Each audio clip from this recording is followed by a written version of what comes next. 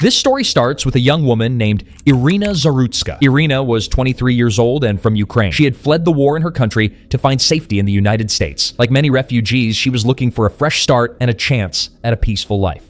But what happened to her was tragic, and it shocked a city, a country, and even the world. On August 22, 2025, Iryna got on a light rail train in Charlotte, North Carolina. She took a seat and tried to carry on with her day. Riding the train was just part of her normal routine, but there was someone on that train who would change everything in a horrible way.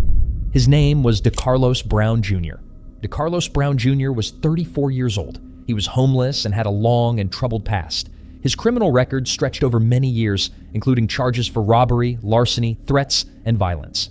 But there was more behind those charges. Decarlos was diagnosed with schizophrenia, a serious mental illness that affected his thoughts and behavior. His family said that after he spent 5 years in prison for armed robbery, he came out changed. He wasn't the same person his loved ones remembered. Before he went to prison in 2011, Decarlos had his first felony charge for larceny. Over the next several years, things only got worse. From 2013 to 2014, he committed armed robbery and made threats against others. In 2015, he was sentenced to 5 years in prison for robbery with a dangerous weapon. He served this sentence and was released in September 2020. But freedom did not help him heal. Just months after being released, he was arrested again, this time for assaulting his sister. His family tried to help him get treatment for his mental health issues. His mother said she took him to a hospital when he began acting violently at home, talking to himself, yelling, and slamming doors. Medical professionals diagnosed him with schizophrenia and prescribed medication, but Decarlos refused to take it. His mental health struggles continued. In January 2025, he was arrested for misusing 911 emergency services. He called multiple times, claiming that material inside his body was controlling him. Officers told him this was a medical problem and that they couldn't do much else. His family tried to get him committed to a mental health facility, but because he wasn't threatening to hurt himself or others, they couldn't keep him there.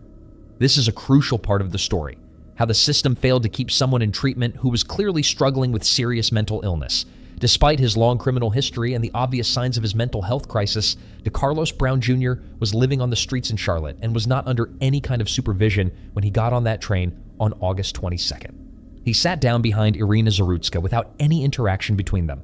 After only a few minutes, he suddenly pulled out a small pocket knife and stabbed her 3 times in the neck. Passengers were shocked and terrified. People screamed and rushed to the exits as Iryna collapsed. She died on the train. Decarlos calmly got off at the next stop and was immediately arrested. The police charged him with first-degree murder. The murder of Iryna Zarutska shocked many people across the country. Here was a young woman who escaped a war zone only to die violently in a country she thought was safe. The case reignited a fierce debate about mental health, crime, and public safety in America. Many people, including politicians and even Tesla CEO Elon Musk, demanded that Decarlos Brown face the death penalty because his guilt was clear. Decarlos' family spoke out, sharing heartbreaking stories about his mental illness and violent behavior after prison. His mother described how he was different after release, not the fun-loving person he once was. She tried to get help for him, but faced obstacles at every turn. Even his sister spoke about conversations with him after the arrest. In one audio recording, Decarlos said that the material inside him made him do it and that he didn't even know Iryna. There's also more to his family background. Decarlos is not the only one with a troubled past. His brother is serving a long prison sentence for murder, and their father has a history of criminal activity, including breaking and entering and weapon possession. Some say this family history shows a cycle of violence and crime. The criminal justice system failed Decarlos Brown in many ways. Despite having been arrested 14 times since 2007, including for violent crimes and mental health-related incidents, he was allowed to roam free. Experts and family members say there were multiple chances to intervene and get him help, but those chances were missed. Iryna's family and the public demand justice for her. She was remembered as a talented artist and someone who quickly embraced her new home in the U.S.